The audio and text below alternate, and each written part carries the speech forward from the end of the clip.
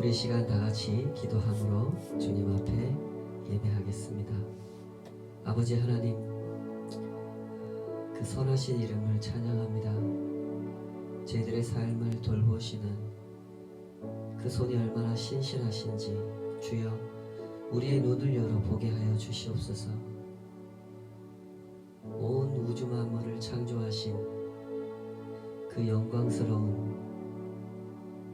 주님의 세계, 그 땅 위에 우리의 발을 디디고 하루하루 살아가는 기쁨과 감사, 또 거룩한 소망이 우리 안에 날마다 더욱 분명하고 새롭고 가슴 벅찬 감격으로 경험되어지기를 사모합니다.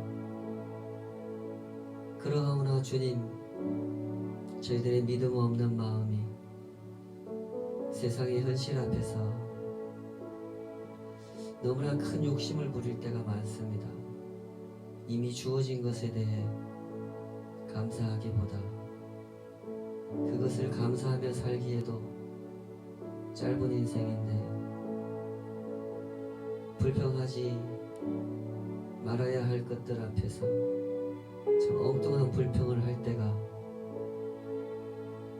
정말 이유 없는 한숨을 지을 때가 얼마나 많은지 모르겠습니다. 주여, 우리의 눈을 열어주시고 우리의 마음을 어루만져 주셔서 주님 앞에 예배하는 이 시간, 그 기쁨과 그 감사가 또 부르심을 따라가는 한 걸음 한 걸음에 그 은혜와 자랑을 우리 마음이, 우리 영혼이 깊이 다시 상기할 수 있도록 우리를 붙잡아 주시고 이끌어 주시옵소서. 그 은혜 앞에 나아가오니 주여 우리의 예배 가운데 임재하여 주시옵소서.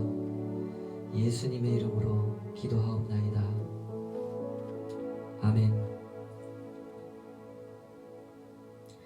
나의 모든 기도가 주님께 드려지는 아름다운 시가 되게 하여 주소서. 나의 모든 찬양이 아름다운 노래가 되기를 원하나이다. 나의 모든 생각이 주님께 올라가는 향기로운 향이 되게 하여 주소서. 나의 모든 행실이 하나의 예배가 되기를 원하나이다. 당신의 크고도 놀라운 사랑을 구하며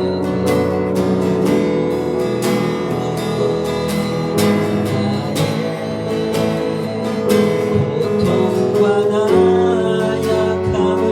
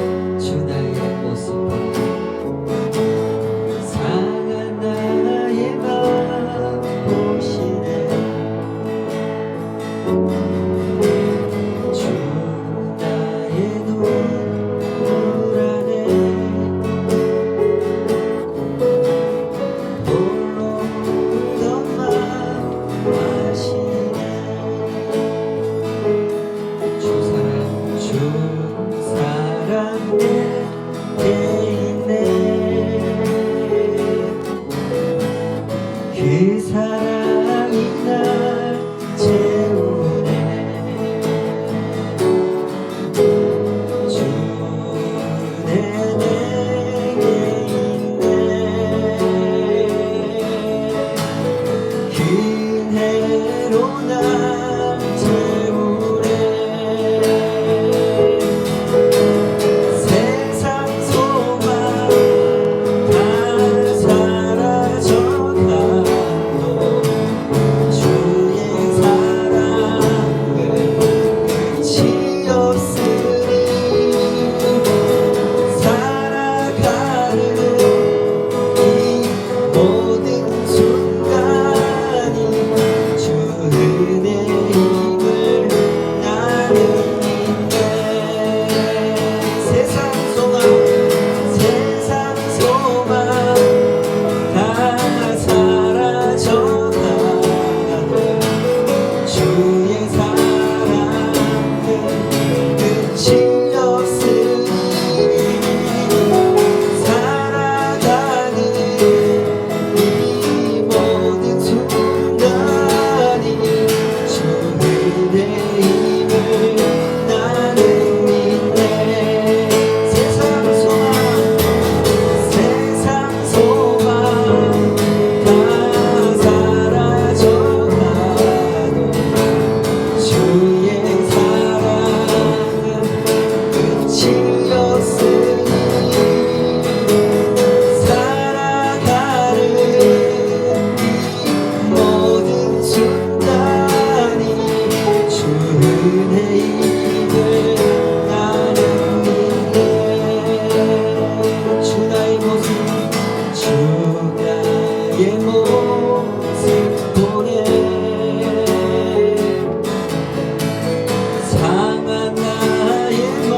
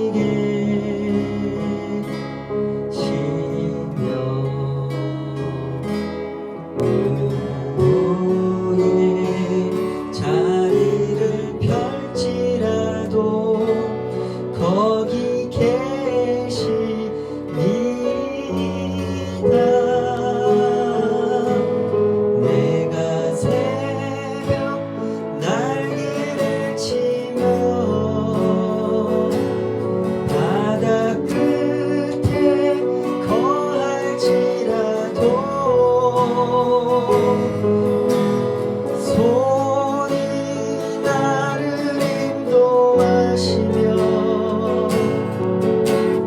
나를 붙드시리라. 내가 새벽 날개를 치며 바다 끝에 거할지라도 주의 손이 나의 길을 인도하시며 나를 붙드시리라. 내가 새벽 날개를 치며 바다 끝에 거할지라도 주의 손이 나를 인도하시며 나를 붙드시리라. 내가 새벽 날개를 치며 바다 끝에 거할지라도 주의 손이 나의 길을 인도하시며 나를 붙드시리라. 주의 신을 내가 떠나 어디로 가며 주 앞에서 어디로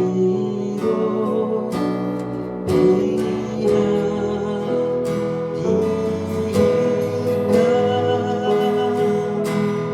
내가 하늘에 올라가도 거기 계시며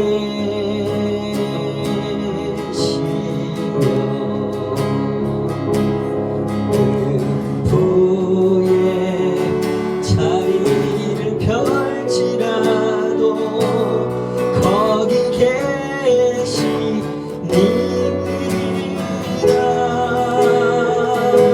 내가 새벽 날개를 치며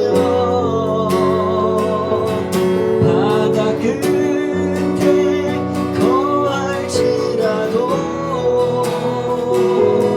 주의 손이 나를 인도하시며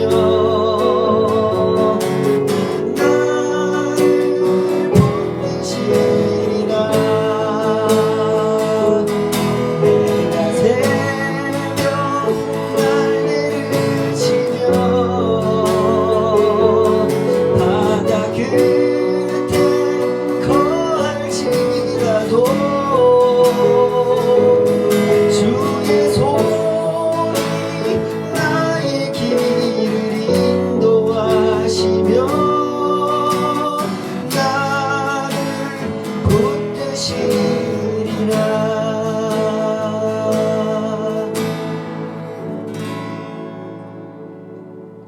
아멘. 이 시간 다 같이 주님 앞에 드린 예물 위해서 기도하겠습니다. 아버지 하나님, 힘든 시간들에 연속되는 한 중간에서 인생을 살아간다고 하는 참 특별한 경험들이 우리 앞에 펼쳐져 있습니다. 한 주간도 얼마나 고단한 마음으로 하루하루를 버티면서 살 수밖에 없었던 그런 분들이 계실지 감히 헤아려 봅니다.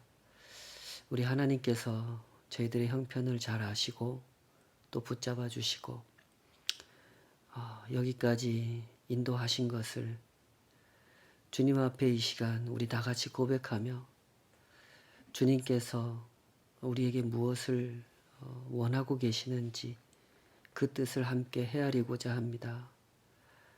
힘들고 어려운 중에도 주님 앞에 구별하여 드린 이 예물들이 진정 하나님 앞에 거룩하게 상달되게 하여 주시고 주님의 그 손 안에서 참 복되게 주님의 뜻에 합당하게 쓰여지는 그러한 예물 될 수 있었으면 참 좋겠습니다.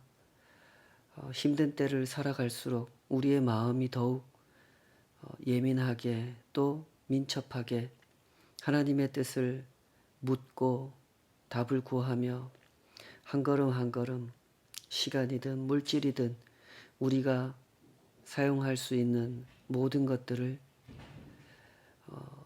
주님 앞에서 더욱더 진실하게 헤아릴 수 있게 해주시고 더욱더 성숙한 모습으로 헤아릴 수 있도록 그렇게 헤아림과 사용함과 하나님 앞에 그 손에 올려드려지는 저희들이 드리는 모든 것들 그 행위 속에 그런 은혜가 있게 하여 주시옵소서. 하나님께서 돌보아 주신 그 사랑을 또 그 은혜를 그 기쁘심과 높으심을 저희들의 형편의 어려움 중에도 주님 저희들이 놓쳐버리지 않도록 늘 붙잡아 주시길 소원합니다. 하여 주님 앞에 이렇게 구별하여 올려드리는 모든 것들이 더욱더 주님 앞에 진실한 저희들의 고백이 되고 저희들의 신앙의 참 모습을 확인하는 한 걸음 한 걸음의 순례길 그 진실한 찬송과 기도의 한 걸음 한 걸음이기를 소원하오며 주님 앞에 드릴 수 있음이 감사하고 고백할 수 있음이 기도할 수 있음이 감사하오며 예수님의 이름으로 기도하옵나이다. 아멘. 이 시간 다 같이 하나님 말씀 함께 보시겠습니다. 오늘 주신 하나님 말씀은 창세기 43장 1절에서 14절까지 함께 보시겠습니다. 창세기 43장 1절에서 14절까지입니다. 다 찾으신 줄 알고 한 목소리로 같이 읽겠습니다. 창세기 43장 1절에서 14절까지 시작. 그 땅에 기근이 심하고 그들이 애굽에서 가져온 곡식을 다 먹음에 그 아버지가 그들에게 이르되 다시 가서 우리를 위하여 양식을 조금 사오라. 유다가 아버지에게 말하여 이르되 그 사람이 우리에게 엄히 경고하여 이르되 너희 아우가 너희와 함께 오지 아니하면 너희가 내 얼굴을 보지 못하리라 하였으니 아버지께서 우리 아우를 우리와 함께 보내시면 우리가 내려가서 아버지를 위하여 양식을 사려니와 아버지께서 만일 그를 보내지 아니하시면 우리는 내려가지 아니하리니 그 사람이 우리에게 말하기를 너희의 아우가 너희와 함께 오지 아니하면 너희가 내 얼굴을 보지 못하리라 하였음이니라. 이스라엘이 이르되 너희가 어찌하여 너희에게 또 다른 아우가 있다고 그 사람에게 말하여 나를 괴롭게 하였느냐. 그들이 이르되 그 사람이 우리와 우리의 친족에 대하여 자세히 질문하여 이르기를 너희 아버지가 아직 살아계시느냐 너희에게 아우가 있느냐 하기로 그 묻는 말에 따라 그에게 대답한 것이니 그가 너희의 아우를 데리고 내려오라 할 줄을 우리가 어찌 알았으리이까. 유다가 그 아버지 이스라엘에게 이르되 저 아이를 나와 함께 보내시면 우리가 곧 가리니 그러면 우리와 아버지와 우리 어린아이들이 다 살고 죽지 아니하리이다. 내가 그를 위하여 담보가 되오리니 아버지께서 내 손에서 그를 찾으소서. 내가 만일 그를 아버지께 데려다가 아버지 앞에 두지 아니하면 내가 영원히 죄를 지리이다. 우리가 지체하지 아니하였더라면 벌써 2번 갔다 왔으리이다. 그들의 아버지 이스라엘이 그들에게 이르되 그러할진대 이렇게 하라. 너희는 이 땅의 아름다운 소산을 그릇에 담아 가지고 내려가서 그 사람에게 예물로 드릴지니 곧 유향 조금과 꿀 조금과 향품과 모략과 유향나무 열매와 감 복숭아이니라. 너희 손에 갑절의 돈을 가지고 너희 자루 아기에 도로 넣어져 있던 그 돈을 다시 가지고 가라. 혹 잘못이 있었을까 두렵도다. 내 아우도 데리고 떠나 다시 그 사람에게로 가라. 전능하신 하나님께서 그 사람 앞에서 너희에게 은혜를 베푸사 그 사람으로 너희 다른 형제와 베냐민을 돌려보내게 하시기를 원하노라. 내가 자식을 잃게 되면 이르리로다. 아멘. 오늘 주신 말씀으로 잃게 되면 이르리로다. 이런 제목으로 말씀 증거하겠습니다. 사람이 무엇을 잃어버린다고 하는 것은 결코 유쾌한 경험이 아닙니다. 특히 굉장히 아끼는 것을 잃어버리게 된다는 것은 말로 다 표현할 수 없는 고통이죠. 그러나 그럼에도 불구하고 기꺼이 그 아끼는 것을 잃어버리기로 작정하는 사람들이 있습니다. 예를 들어서 신장병을 앓고 계시는 아버지를 위해서 자기의 신장을 떼어드리는 아들 같은 경우가 그런 경우일 것입니다. 이 아들은 젊고 앞길이 창창하니까 앞으로 이 몸을 가지고 해야 될 일이 얼마나 많습니까? 그러므로 당연히 건강한 몸을 가지고 살아가고 싶을 것입니다. 그러나 이 특별한 상황 앞에서는 생각이 달라지고 우선순위가 바뀌게 되는 거죠. 내 건강을 잘 관리하는 것도 중요하지만 우선은 아버지 생명부터 살려야 되겠다라고 하는 생각을 하게 되는 거죠. 그러나 어떻습니까? 이런 일은 생각보다 쉽지 않습니다. 아버지의 생명을 자기 목숨처럼 사랑하는 아들에게는 너무나 당연하고 너무나 하고 싶은 일이겠지만 아버지는 이제 살 만큼 사셨잖아. 얼마나 더 사신다고. 내 신장을 떼어드릴 수는 없지. 앞으로 내가 무슨 일을 어떻게 당할지 어떻게 알겠어. 신장 2개는 꼭 가지고 있어야 해. 라고 생각하는 아들이라면 이런 일은 쉽게 할 수 있는 일이 아닙니다. 지금 야곱의 집안에서 이런 일이 일어나고 있습니다. 베냐민을 데리고 가야만 다시 양식을 구해올 수 있고 붙잡혀 있는 시므온도 데려올 수 있는 그런 상황입니다. 그러나 야곱이 딱 버티고 있지 않습니까? 베냐민은 절대 보내줄 수 없다. 너희들끼리 가라. 이러면서 야곱이 버티고 있습니다.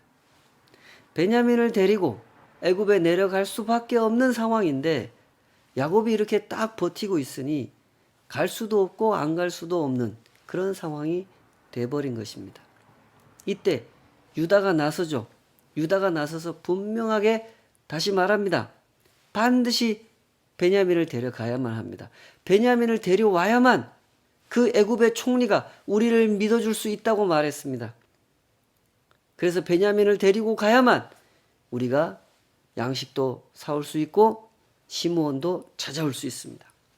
여기 야곱을 설득했습니다. 그러자 야곱이 어떻게 반응합니까? 6절 말씀 야곱의 반응을 다시 한번 읽어보겠습니다. 6절 이스라엘이 이르되 너희가 어찌하여 너희에게 또 다른 아우가 있다고 그 사람에게 말하여 나를 괴롭게 하였느냐. 야곱은 정말 괴로워했습니다. 지금 누구 때문에 괴로워합니까? 베냐민 때문에. 베냐민을 잃게 될까봐 걱정하는 마음에 괴로워하는 것이죠. 그런데 한번 생각해 보십시다. 지금 시므온은 어디에 있습니까? 시므온은 이집트 감옥에 갇혀 있습니다.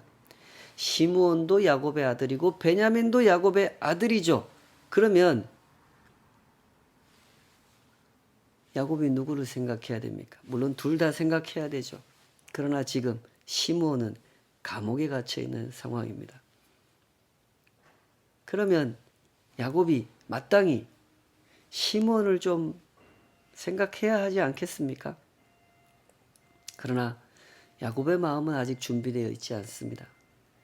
시므온을 미워하는 것은 아니지만 베냐민만큼 시므온을 사랑하는 마음은 아니었던 것이죠. 사람의 마음이라는 게 이런 거 아니겠습니까? 더 귀하게 여기는 것을 위해서 덜 귀하게 여기는 것을 생각하지 않는 것. 그것이 사람의 마음입니다. 사람의 마음에는 항상 가치에 대한 평가가 내려져 있습니다. 무엇을 더 중요하게 여기고 있는지, 누구를 더 귀하게 여기고 있는지, 그래서 무엇을 내려놓고 무엇을 잃을 것인가, 이게 사람의 마음속에는 정해져 있습니다. 바로 이 장면에서 명확하게 드러나는 진실이 이것이죠. 지금 야곱에게 더 중요한 사람은 베냐민이라는 것입니다. 그때 유다가 작심 발언을 합니다. 8절 읽어보겠습니다.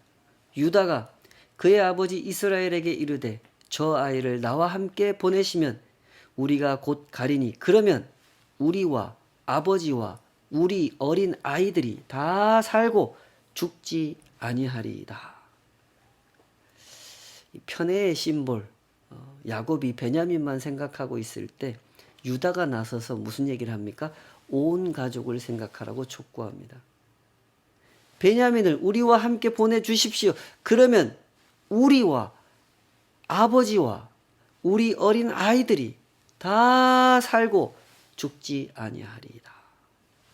유다가 아버지를 설득하는 논리는 이런 논리인 겁니다. 아버지, 지금 베냐민만 생각하고 있을 때가 아닙니다. 온 가족이 다 굶어 죽게 생겼습니다. 이게 유다의 논리죠. 그러면 우리와 아버지와 우리 어린아이들이 다 살 겁니다. 하고 현실을 직시할 수 있도록 논리를 폈던 것입니다. 그리고 여기에 한 가지 더 정신이 번쩍 들게 만드는 얘기를 덧붙이죠. 9절 10절 읽어보겠습니다. 9절 10절 유다가 말합니다. 내가 그를 위하여 담보가 되오리니 아버지께서 내 손에서 그를 찾으소서. 내가 만일 그를 아버지께 데려다가 아버지 앞에 두지 아니하면 내가 영원히 죄를 지리이다. 우리가 지체하지 아니하였다라면 벌써 2번이나 갔다 왔으리이다.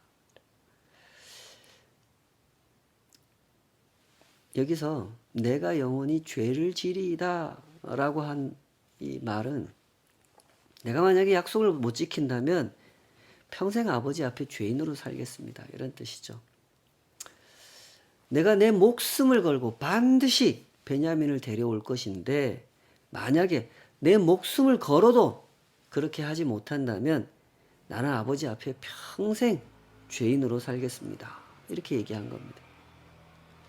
여러분, 유다가 한 말을 주의 깊게 한번 생각해 보십시오. 이런 말은 결코 가벼운 말이 아닙니다. 자기 생명을 거는 그런 각오를 담아낸다고 하는 것은 그냥 분위기 때문에, 상황 때문에 한번 해보는 그런 말이 아니죠. 정말로 목숨을 걸지 않으면 할 수 없는 말을 유다는 지금 하고 있는 것입니다. 그러자 야곱의 태도가 바뀌죠. 11절에서 14절 다시 한번 읽어보겠습니다. 그들의 아버지 이스라엘이 그들에게 이르되 그러할진대 이렇게 하라. 너희는 이 땅의 아름다운 소산을 그릇에 담아 가지고 내려가서 그 사람에게 예물로 드릴지니 곧 유향 조금과 꿀 조금과 향품과 모략과 유향나무 열매와 감 복숭아이니라. 너희 손에 갑절의 돈을 가지고 너희 자루 아기에 도로 넣어져 있던 그 돈을 다시 가지고 가라. 혹 잘못이 있었을까 두렵도다. 내 아우도 데리고 떠나 다시 그 사람에게로 가라. 전능하신 하나님께서 그 사람 앞에서 너희에게 은혜를 베푸사 그 사람으로 너희 다른 형제와 베냐민을 돌려보내게 하시기를 원하노라. 내가 자식을 잃게 되면 이르리로다. 이제 오늘의 성경 이야기가 어디로 흘러가고 있는지 우리 한번 잘 헤아려 보십시다. 극심한 기근과 베냐민을 데려와야만 너희가 정탐꾼이 아니라는 걸 믿어주겠다 라고 했던 요셉의 그 요구는 이렇게 이 가족을 단결하게끔 빚어가고 있습니다. 나를 우선하여 생각하던 사람들이 우리를 우선하여 생각하게 되었고 이 일을 추진해 가면서 전능하신 하나님을 다시 떠올려 보게 된 것이죠. 여기서 야곱이 전능하신 하나님을 언급한 것은 하나님의 섭리를 강조한 말이죠. 사람의 눈으로 볼 때는 모든 일이 사람이 결정하고 사람이 진행하는 것처럼 보이지만 사실은 그렇지 않다를 고백하는 겁니다. 더군다나 지금 이 상황은 야곱이 볼 때 스스로 대단한 무력감을 느낄 수밖에 없는 상황 아닙니까? 극심한 기근 앞에서 야곱이 할 수 있는 것 아무것도 없습니다. 나는 베냐민만은 지키고 싶은데 내가 지키고 싶은 것조차 내 마음대로 지킬 수 없는 상황이죠. 때문에 더더욱 절실하게 고백할 수 있는 것이 바로 이 고백입니다. 전능하신 하나님의 은혜. 그 은혜에 모든 것을 맡기고 나아가겠다는 것이죠. 때문에 야곱의 결의는 이렇게 표현이 된 것입니다. 내가 자식을 잃게 되면 이르리로다. 이 말의 뉘앙스를 잘 이해하시리라 생각합니다. 내가 자식을 잃게 되면 이르리로다 라는 말은 내 자식 잃어도 좋다라는 뜻이 아니죠. 결코 내가 이 자식을 잃고 싶지 않지만 만약에 잃게 되는 것이 하나님의 뜻이라면 받아들이겠다는 거죠. 하나님의 큰 섭리 속에 내가 베냐민을 잃어버리는 그런 일이 들어가 있다면 그거 받아들이겠다는 거죠. 야곱은 지금 대단히 중요한 고백을 내놓고 있는 것입니다. 이제까지 야곱이 평생을 살면서 내놓은 고백 중에서 이보다 더 순수하고 절실하고 겸손한 고백은 찾아보기 어려울 정도로 야곱은 지금 대단히 중요한 신앙 고백을 내놓고 있습니다. 전능하신 하나님 앞에서 이 세상이 그리고 내 인생이 우리 가족의 운명이 얼마나 작고 작은 것인지를 인정하고 그럼에도 불구하고 하나님께서 이 세상도 내 인생도 우리 가족의 삶도 얼마나 은혜롭게 붙잡아 주고 계시는지를 고백하고 있는 거죠. 가장 겸손하고 가장 솔직한 고백이 가장 어려운 이 순간에 고백되어지고 있었던 것입니다. 성경은 이렇게 이 책을 읽고 있는 독자들을 초대합니다. 하나님께서 하시는 일, 그 높고 선하신 섭리를 볼 수 있도록 초대하는 거예요. 오랜 세월 동안 하나님의 백성들이 이 성경을 읽으면서 무릎을 꿇고 순종하고 하나님의 그 섭리 아래 살겠습니다. 내가 자식을 잃게 되면 이르리이다. 야곱처럼 그런 고백을 하나님 앞에 내놓은 그 이유가 바로 여기에 있는 것입니다. 성경은 결코 가벼운 약속으로 채워져 있는 그런 책이 아니죠. 성경은 아주 무겁고 진지한 이야기들을 들려주십니다. 죄가 무엇이고 은혜가 무엇인지를 설명해 주시죠. 당신의 사람들이 하나님의 사람들이 이 죄로 가득한 현실 가운데서 허덕이고 허덕이는 중에서도 그렇게 하나님은 언약을 생각하라 하시고 공동체를 생각하라 하시고 그렇게 가르치고 또 가르치시는데도 여전히 나를 생각하고 나를 생각하는 그들 앞에서 결코 변하지 않는 하나님의 은혜를 보여주시는 겁니다. 그리하여 결국 그 은혜의 역사가 그들을 변화의 길로 인도하시는 하나님의 섭리를 보여주시는 거죠. 하나님의 사람들은 이런 이야기를 읽으면서 소망을 품게 되는 것입니다. 기도에 무릎을 꿇게 되고 겸손히 하나님의 섭리를 헤아려 순종의 걸음을 걷고자 결단하게 되는 것이죠. 그렇구나. 이것이 하나님의 섭리구나. 그때 그들에게 그러했던 것처럼 오늘 나에게도 그러하겠구나. 이 말씀이 진리를 말씀하고 있구나. 정말 하나님은 이렇게 일하셨지 하는 것을 깨닫고 하나님의 사람들은 그 섭리를 따라 순종의 걸음을 걸어가게 되는 것이죠. 바로 여기서 우리가 함께 진지하게 생각해 보았으면 하는 것이 은혜라는 개념입니다.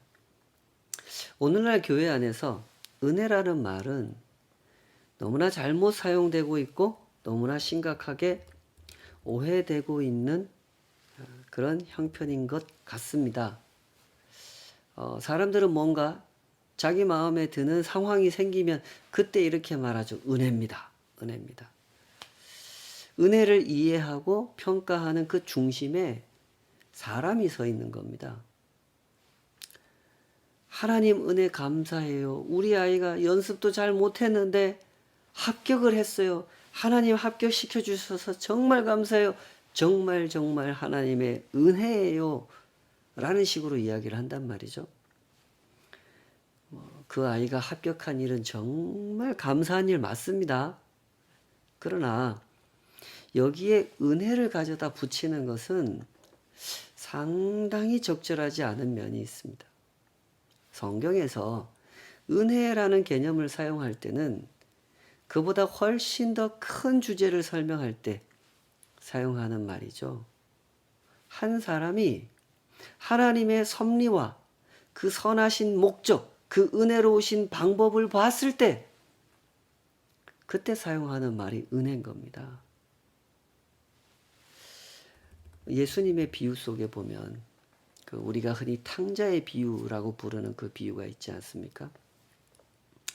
이 못돼 먹은 아들의 아버지가 사용하신 방법, 그것이 은혜라는 것이죠.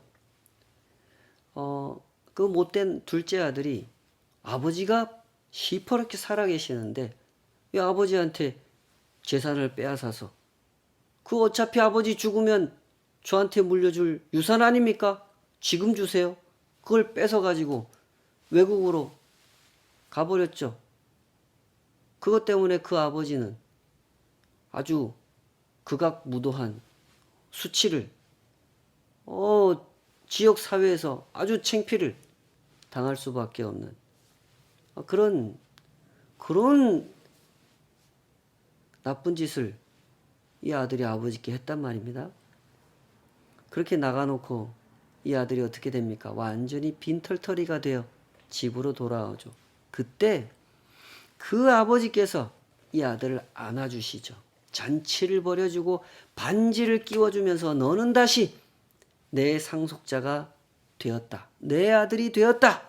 이걸 선언해 주셨단 말입니다. 그리하여 아버지 앞에 큰 죄를 지은 아주 세상에 둘도 없이 나쁜 놈이 다시 아버지의 아들로서 살 수가 있게 되었죠. 이 대목을 잘 주목해 보십시오. 세상에 둘도 없이 나쁜 놈을 다시 아버지의 아들로 변화시켜준 방법. 이 아버지가 사용하신 방법이 바로 은혜라는 겁니다. 그 은혜 덕분에 이 사람은 다시 아들로서 살 수 있게 된 것이죠. 여러분, 성경이 설명하는 은혜란 이런 것입니다. 이 세상에는 수천 수만의 방법이 있습니다. 어떤 일을 이루기 위한 수천 수만의 방법이 있고 수천 수만의 목적이 있죠. 그러나 그 어떤 목적, 그 어떤 방법도 은혜가 하시는 일을 할 수는 없습니다. 은혜가 하시는 일이 무엇입니까? 다시 세상에서 제일 나쁜 놈을 다시 아버지의 아들로 살아가게 하는 것.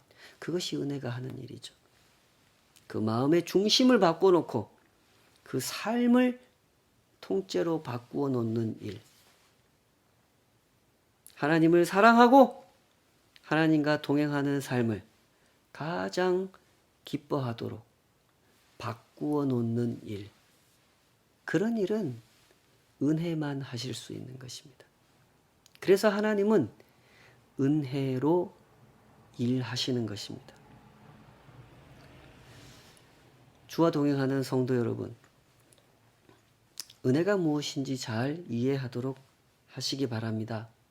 그리하여 돈이나 건강, 성공 같은 것으로는 절대 은혜를 바꾸지 마시기 바랍니다.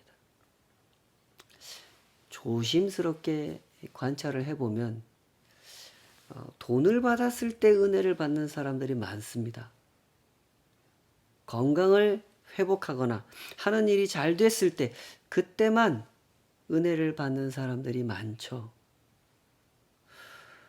그런 일들이 왜 나쁜 일이겠습니까? 열심히 일했는데 돈을 많이 벌었어요. 감사한 일이죠. 아프다가 건강이 회복이 됐어요. 얼마나 감사한 일입니까? 그러나 그럴 때만 은혜를 받는 것, 그것은 적절하지 않습니다. 그런 것으로 은혜를 바꿀 수는 없는 것이죠.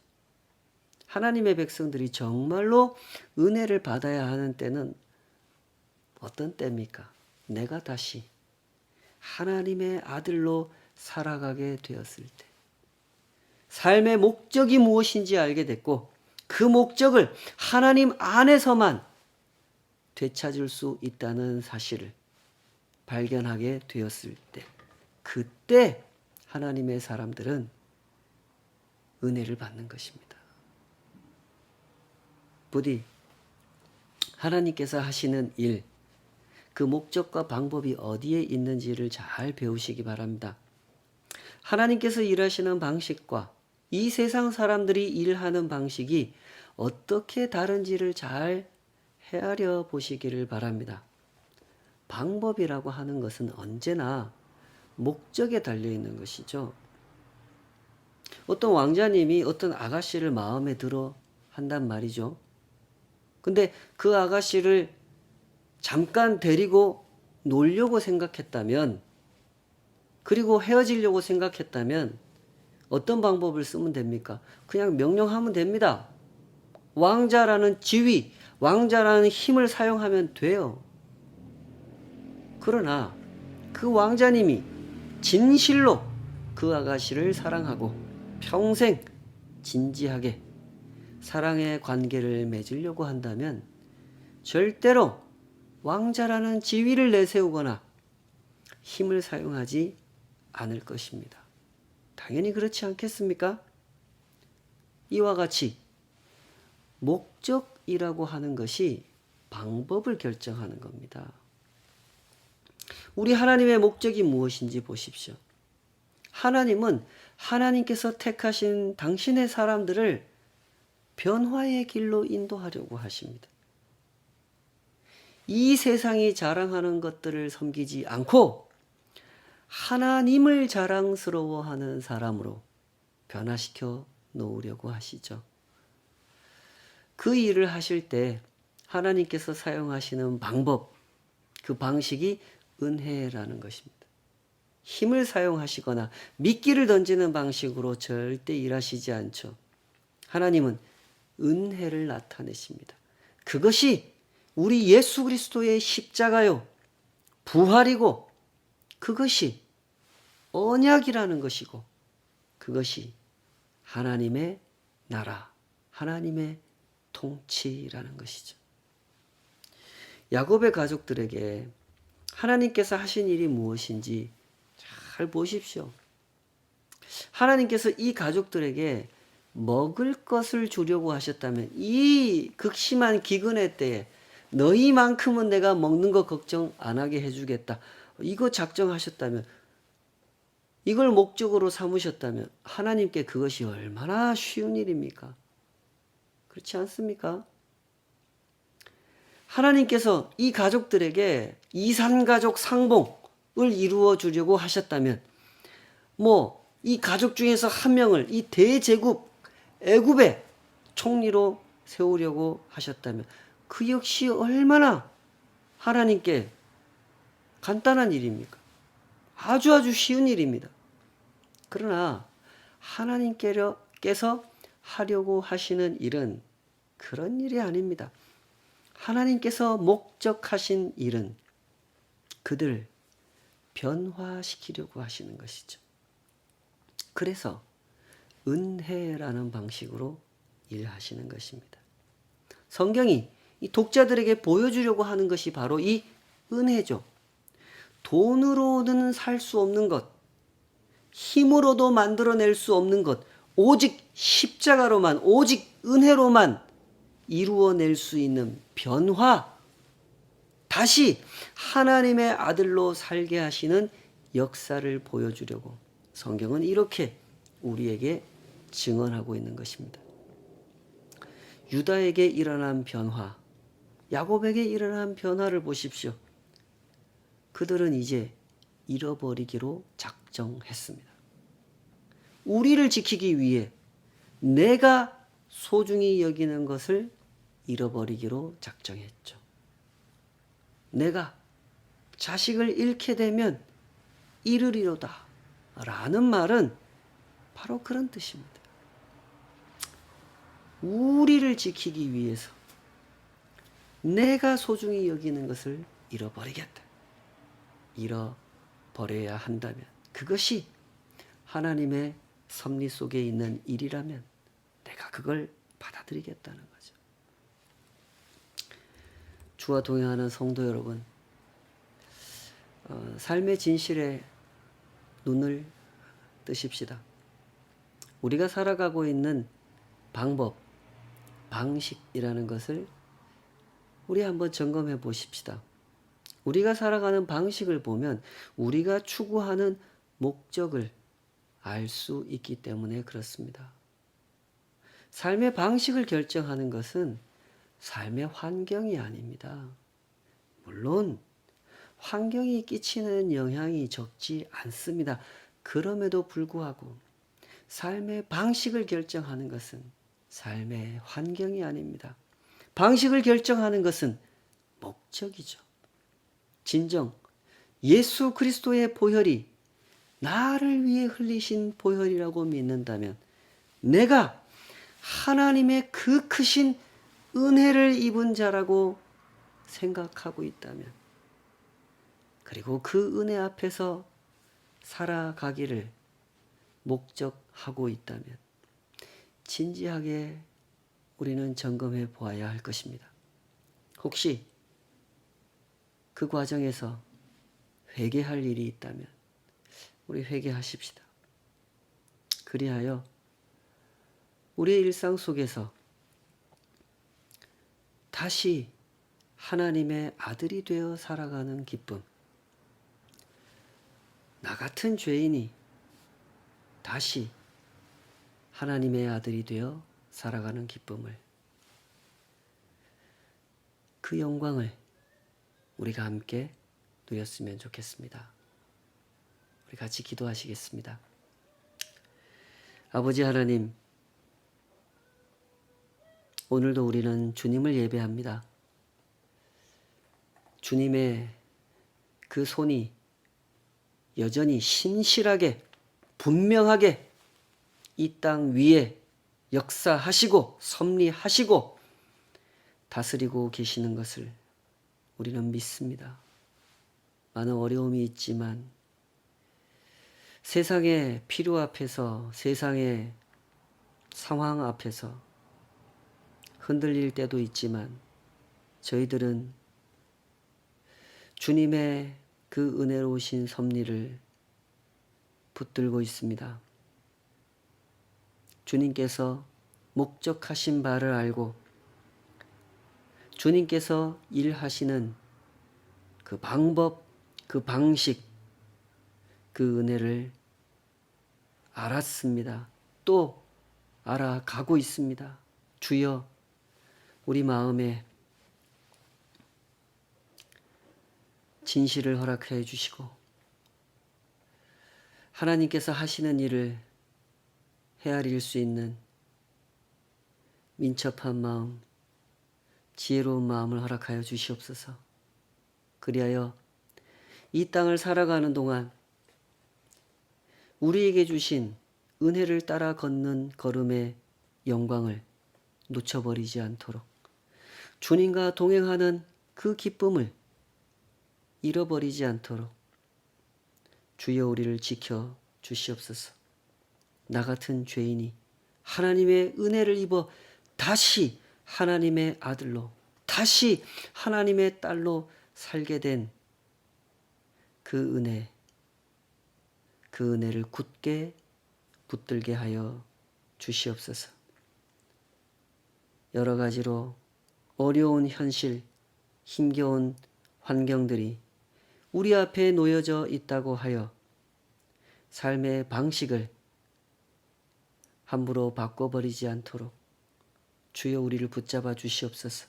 오직 우리가 살아가는 방식을 결정하는 것은 하나님께서 우리 안에 심으신 그 목적인 것을 잘 간직하게 하여 주시옵소서.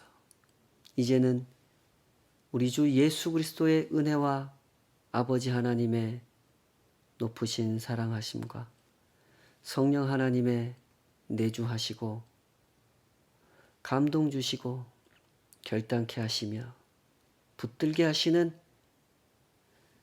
그 은혜롭고 은혜로우신 역사가 주님 앞에 주님께서 은혜 가운데 주신 그 목적을 붙들고 다시 하나님의 아들이 되어 살기를 사모하는 모든 주의 백성들 삶 위에 이제로부터 영원까지 함께 하시기를 간절히 축원하옵나이다.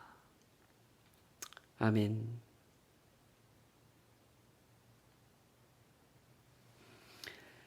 감사합니다. 한 주간도 주님 안에서 승리하시기를 축복합니다. 화이팅입니다.